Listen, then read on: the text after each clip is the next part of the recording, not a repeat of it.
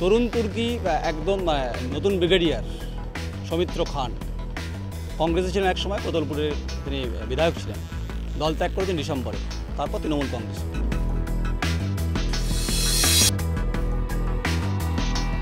নিজের তো সত্যি অবাক লেগেছিল, কারণ যে আমাকে যে এতটা দায়িত্ব দেবেন সেটা আমার চিন্তার বাইরেই ছিল।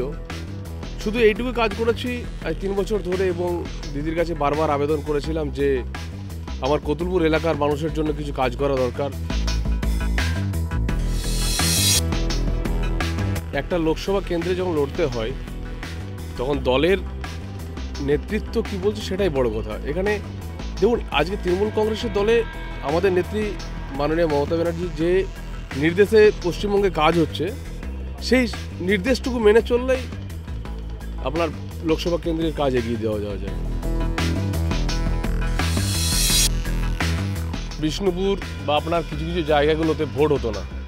বাঁকুড়া জেলার দুটো লোকসভা, বিষ্ণুপুর এবং বাঁকুড়া, সবচেয়ে আপনি লক্ষণীয় বিষয় দেখবেন যে বাঁকুড়া জেলায় কখনোই বাঁকুড়া সিপিএমের আমলে একটা অনুন্নত মডেল ছিল।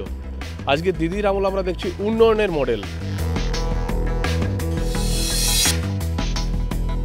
আমার তো মনে হয় দিদির শুধু আদর্শটুকু নিয়ে চললেই, সেইভাবে আমরা প্রচার করতে পারলেই শুধুমাত্র বিষ্ণুপুর নয়, পশ্চিমবঙ্গের 42টা সিটে আমরা 42টা সিটে জিতবো, এবং পশ্চিমবঙ্গের বিষ্ণুপুর লোকসভা আমরা জিতবই।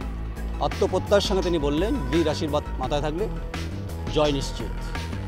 ক্যামেরায় অমল বৈরাগ্যের সঙ্গে নয়ন রায়, প্রকাশ বাংলা, কলকাতা।